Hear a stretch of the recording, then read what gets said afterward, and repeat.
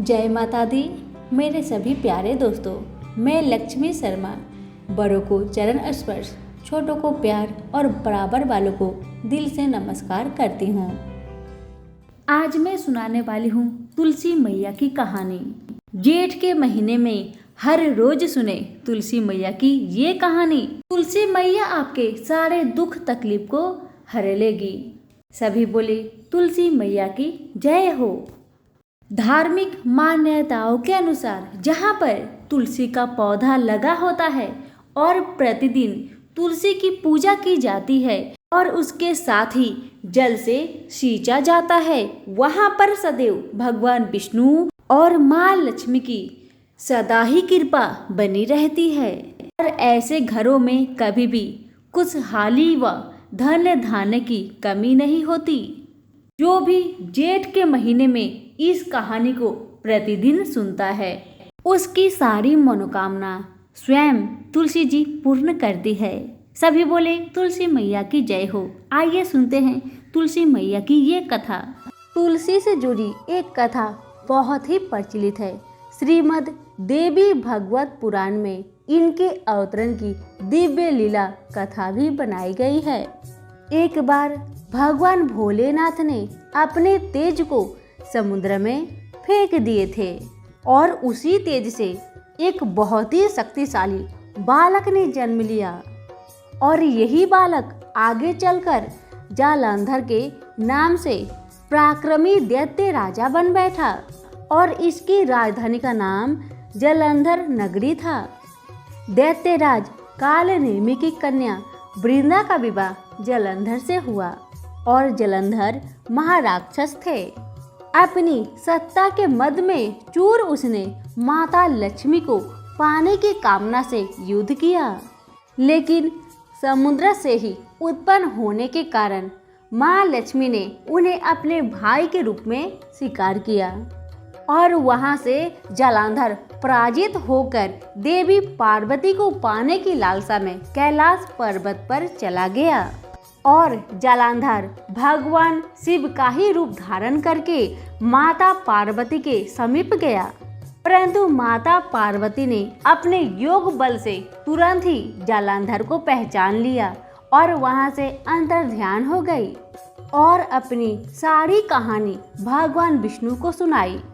लेकिन जालंधर का पत्नी वृंदा अत्यंत पतिव्रता स्त्री थी और उसी के पतिव्रत धर्म की शक्ति से जालंधर न तो मारा जाता था और न ही पराजित होता था और इसी कारण से जालंधर का नाश करने के लिए वृंदा के पतिव्रत धर्म को भंग करना बेहद ही जरूरी था।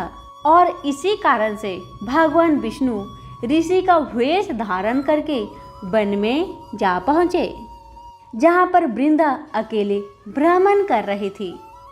भेष बदले हुए भगवान विष्णु के साथ दो मायावी राक्षस भी थे, जिन्हें देखकर वृंदा अत्यंत भयभीत हो गई।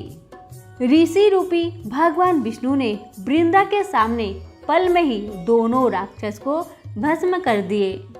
उनकी शक्ति को देखकर वृंदा ने कैलाश पर्वत पर महादेव के साथ युद्ध कर रहे अपने पति जालंधर के बारे में पूछा।